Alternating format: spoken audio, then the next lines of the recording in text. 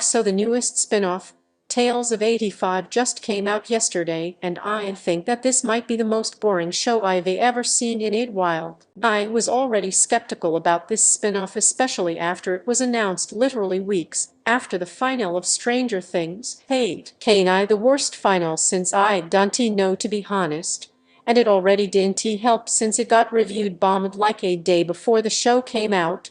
So with all that combined, it should have been at least an underwhelming experience, but oh god, it was so much worse than I thought it was going to be. And so with that intro out of the way, let's get to a little bit of history with this supernatural cash grab. Stranger Things was created by Matt and Ross Duffer, known professionally as the Duffer Brothers, who also serve as showrunners and head writers and direct many of the episodes.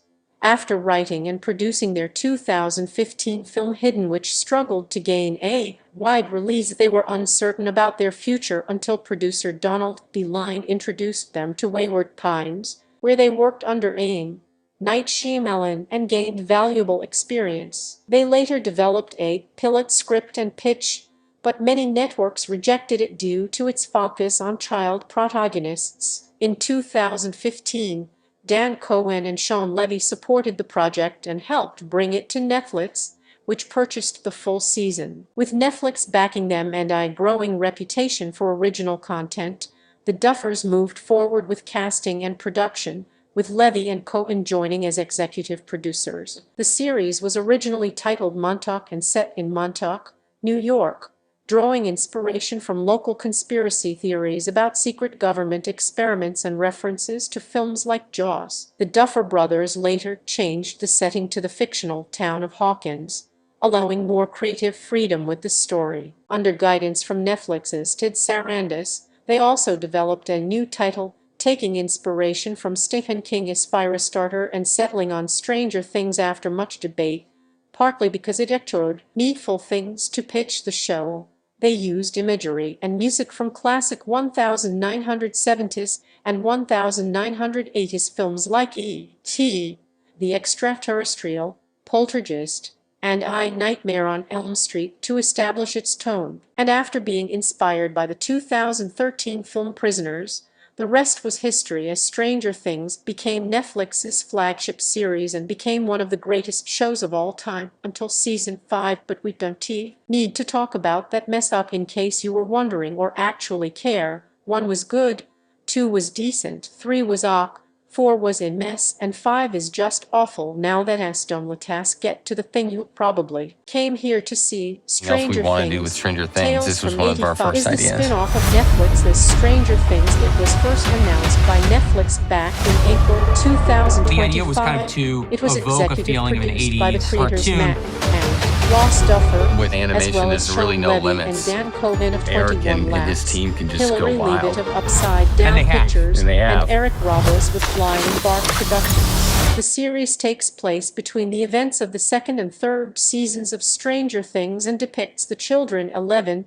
Mike, Dustin, Lucas, Will, and Max as they confront new monsters of the Upside Down and unravel a paranormal mystery terrorizing their town. The Duffers intend to capture the feel of an 80s Saturday morning cartoon in the Stranger Things universe. Stranger Things, Tales from 85 was released on April 23, 2026 on Netflix, and it has received mixed reviews from critics. So as the plot suggests, this takes place between the end of season 2, where after the gang defeats the Mind Flayer, saved Will, close the gate, and attending the snowball dance, the children are confronted with new monsters in the Upside Down and unravel a paranormal mystery that is terrorizing their town. It is basically a prequel in form. It follows stuff we have never seen before, and if you think about it for more than 2 seconds, it doesn't make sense as to why this wasn't mentioned in later seasons. And after watching the 10 episodes that came out yesterday, I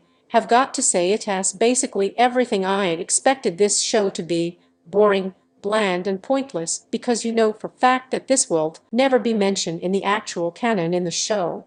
So let us just get to the characters. So for the characters, they stay mostly the same in terms of personality. Mike, Will, Lucas, Dustin, Max, Elle, and Hopper have all of their development they have from season 2, so I can really say anything about them other that one episode when Mike says that he promises to let Elle to make her own decisions, which is going to be completely pointless considering the fact that they have this dumb fight in season 3. And the fact that in episode 5 there is this subplot where Keith steals Lucas' photo of Elle, and they basically have to get it back from the newspaper station.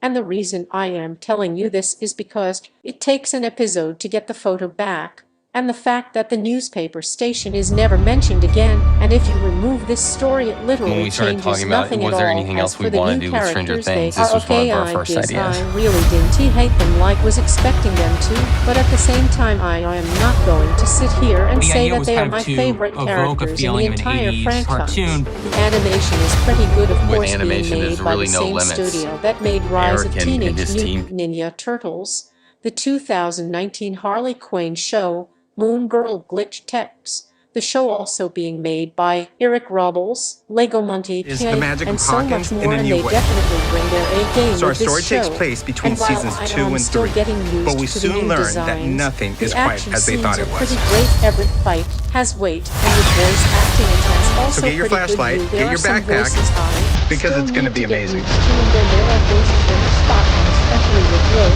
Dustin, and Hopper. Code red. We have the code red. Dustin, it's Will. Over. Finally. Pumpkins from the farm. The pies. They're painted by something from the upside down. But Hey, what is going on here? TV? Yes, I can see that. But why is everyone here on our movie night? Sorry, we're late. Now for the positives. Like I said, the animation is good, the voice acting was good, and most of the characters keep some of the development they got in season 2. And the new characters didn't nearly get the on my nerves as I thought they would, and I do like the new monster design. And now with that pesky positivity out the way, let's get to the negatives. In episode 1, they use a song that was made in the 90s, which is already a red flag, and they specifically a re-recorded version that came out in 1997, like were the writers asleep when picking out songs or something. Yeah. The fact that they have to tone down basically everything about the show shows that they are trying to make this as broadly appealing as possible to a larger audience. Hell, they themselves have said that they wanted the tone to be more family-friendly and be more brighter in its visuals than the live-action show, so they can make this as entry-level as possible for broader audiences. The faces looks kind of weird. I have gotten used to them, but I know that there are going to be some people who are not going to like this, and that it is literally boring as sin. Like by the time I got to the 6th episode I gotten bored fast, like really fast. Is it worse than season 5? No, it is not as bad as season 5, but it was completely boring. I wasn't even expecting anything about this show other than it being boring and pointless, and I was completely right. So in conclusion, while the show wasn't as bad as some critics say it is, it was a completely disappointing experience that I would not recommend to anyone, regardless if you're a fan of Stranger Things or not. It honestly just baffles me that this thing even existed other than to fill in Netflix's wallet. Don't have anything funny to say? I am just so tried.